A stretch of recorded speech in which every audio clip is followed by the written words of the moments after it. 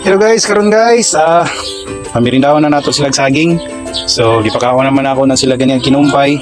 Busog naman unta ni, pero nangayo naman po kay saba na pud kayo dito speakers. Dapat bastante yun atong ata gani, dapat busog di sila pirme kay naay mga buntis.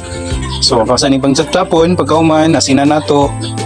Maulan nato ipamirinda sila. Kaya ako asin ng sapon. Nani lang ang pagchap-chap ni. Dito kaya ni sapon.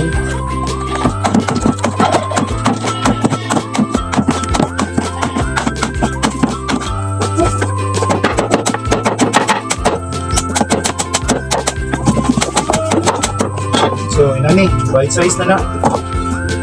Inani ka dako ato ang sizes para pagkaon sa ila sa kulas ng bangba.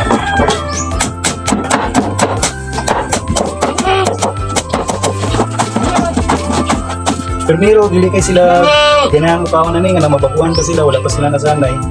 Kung una-una, wala dili kay na sila mukaon na ni, sinan na nato. Ginagmay lang ito na dugay.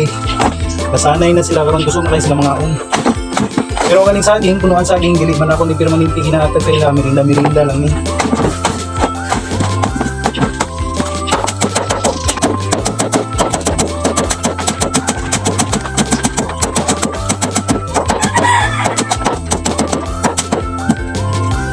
Bantay lang, nabili maigay mong kamot kay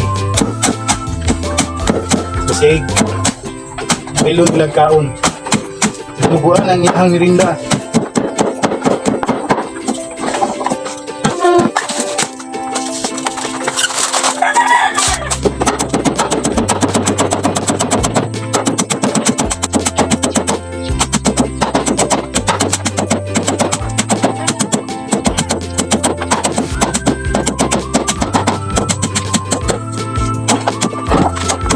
Tuhan ay kapunuan na gagmay.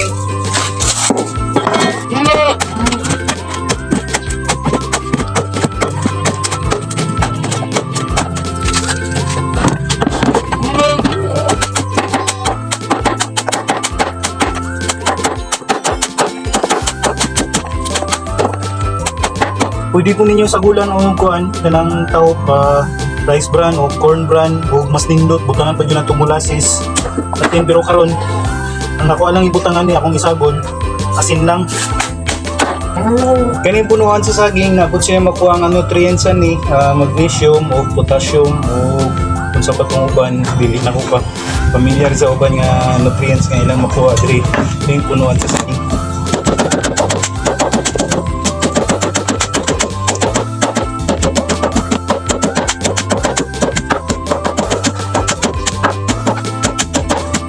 Tapos kaning saging, punungan sa saging o dahon sa saging, isa po na sa pwede na to gamiton ipakaon sa ila labi na kanang katay-tay sila o dili maayo ang ilang tahi basta mo niya to ipakaon dahon sa saging punungan.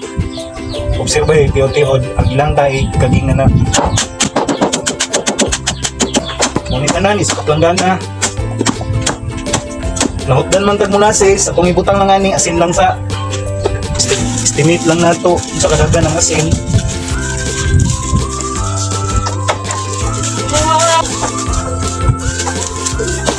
Itong ukay-ukayon.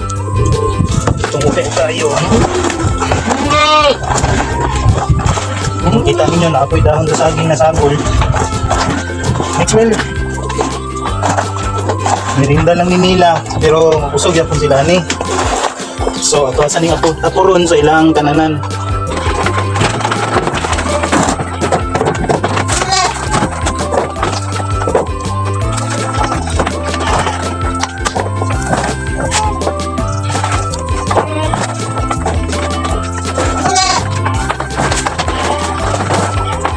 So ato nang ipanghatag. Tanawon ninyo unsa sila kakusog mga una ni. Hawa. Ay di. Di naipit na ka. Hawa dira.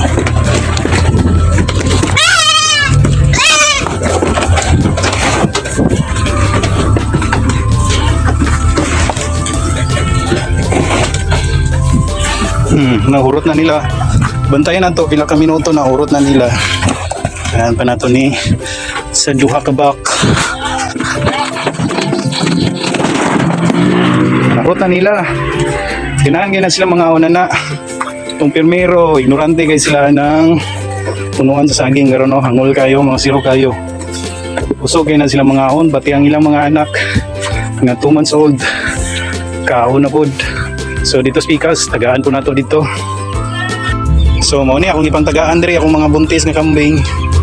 So tugangan pa na to ni kay murag na short. Gamay lang ang nahatag na ko diri speakers. O diri lang ko taman, daghang kayong salamat. Mora ni ako ang ma-share karon. Merinda sa akong mga kambing punuan sa saging.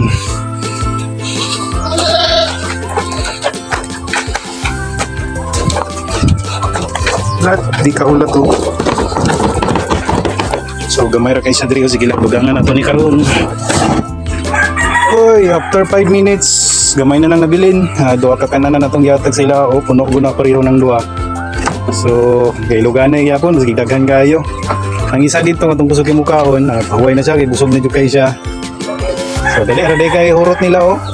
Atong pirmero naglisod ko gi-introduce ni sila kay dili man jud sila mga og saging pero nadugay nasanay sila. So lami kayo sa ila ang saging dayo kung masanay lang. Kadalasan man gud sa kambing kung pirmiro pa nimo introduce sa ila, pirmiro pa nimo yatag sa ila, baguhan yun na sila, dili kay na sila mukaon. Pero kung sanayon na nimo, hatagan na nimo pirmi ana, mukaon na sila, kadugayan. Duha ka bangko. Hapit na po nila mahurot, katunga na po ang ilang nakaon.